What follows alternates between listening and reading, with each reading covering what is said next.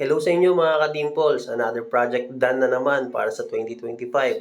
Samahan nyo kung balikan natin ang mga pinagdaanan ng bahay nito bago namin ma-achieve ang ganitong finish.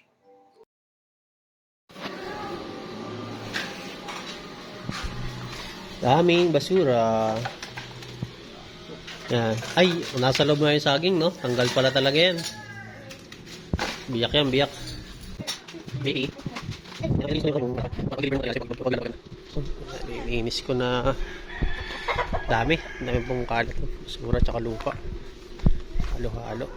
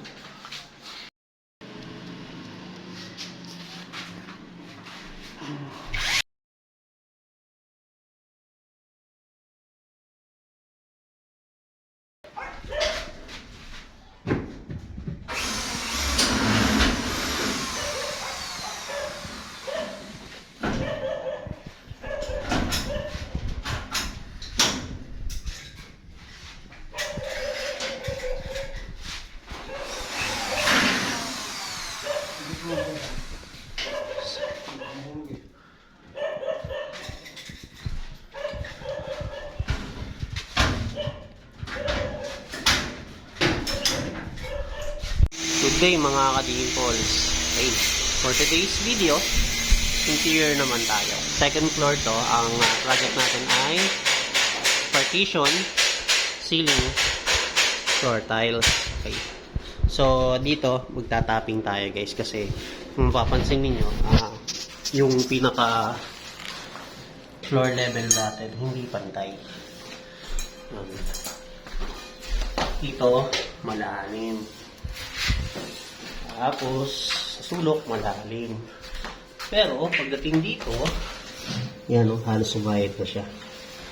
Yan. So, para maganda yung output ng tiles, yan. Magta-tapping muna tayo. Okay? So, itong mga bakal na to ay guide para sa bara natin.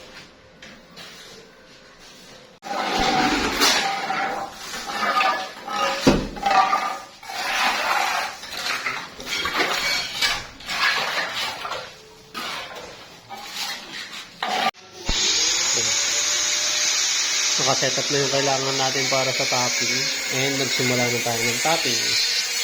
So, grout. Ina-grout natin siya para kumapit siya ng maayos dito sa flooring kasi naka 4 joints na yan eh. And ayun, magamit tayo ng bara para patay yung flooring bago natin sa tiles.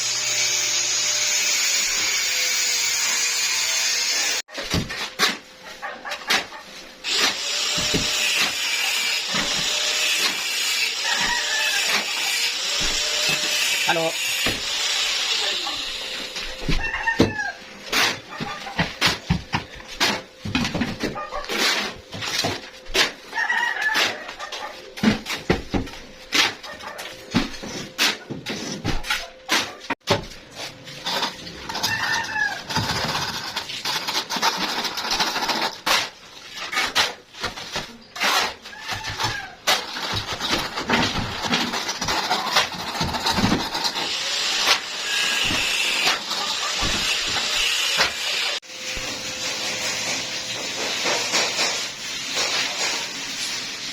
Okay.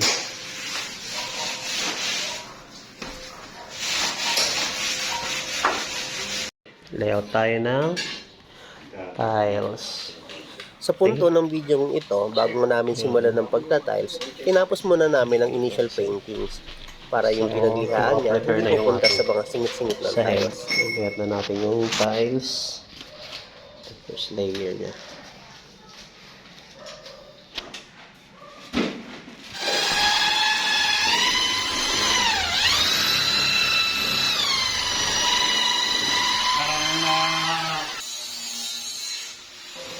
dito, sinimulan na ng installer natin ang paglalatag ng tiles. At i-check natin ang level gamit ang ating laser bevel.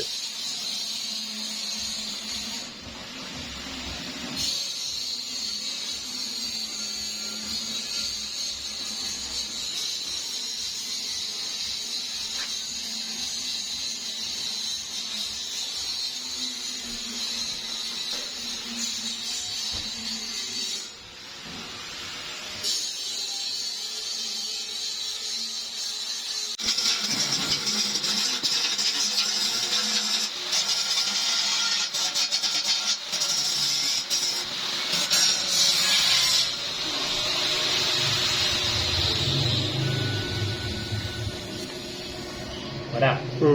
Dulo. Kabila.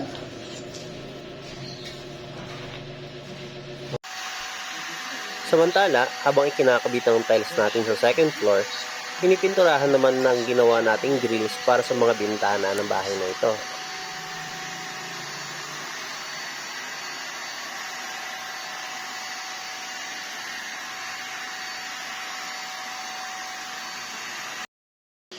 Hello! Yan, mga kapagsibol, ito yung grills project natin. Okay. So, malapit na rin yung turnover nito. So, meron pang dalawang ibinturahan. Actually, primer pa lang to. Bukas tatap coat pa natin yan. Puti din. Okay. And, silipin natin yung second floor. So, dito nakapintura tayo, fully white. And, nagta-tiles na tayo dito. Kasi Mang June ang ating tile setter. Oops, patapos na rin. Okay. Isami na lang. At ito, yung inaapakan ko sa hallway. Yan. PVC ceiling yung kakabit dito, guys. Kaya pinahuli ko yun. Okay. Yan. So, dito guys, nakapagkabit na ng PVC ceiling yung ating mga kasamahan. So, hindi na natin napunta para mag-video kasi nag-ikot tayo sa ibang project site. Plain white. Flat na flat. Okay. Yan. So, dito kita yung defect ng wall. Kita mo yan? Yan. Diba?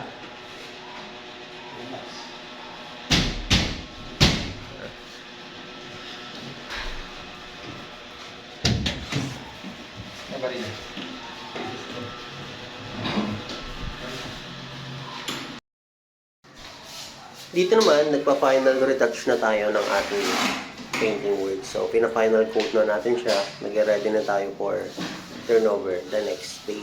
Naikabit na rin natin yung mga window grills mula sa baba hanggang sa itaas. And ikakabit na yung doors.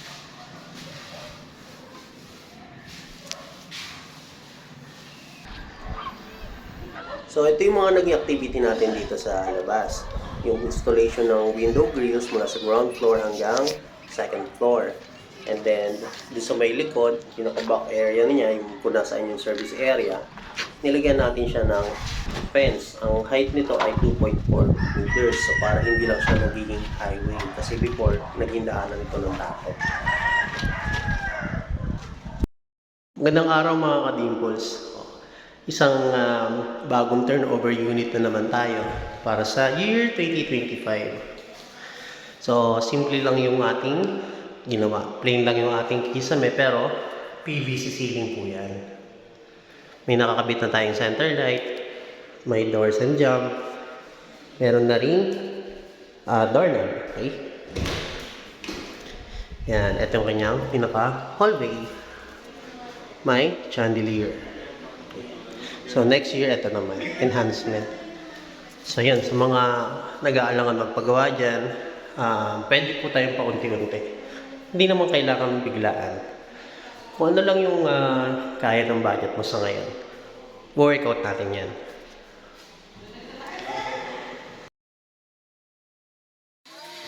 O, kung budgetarian ka rin katulad ko, huwag ka na mahihiya magtanong. Libre ang tanong, may bayad ang paggawa.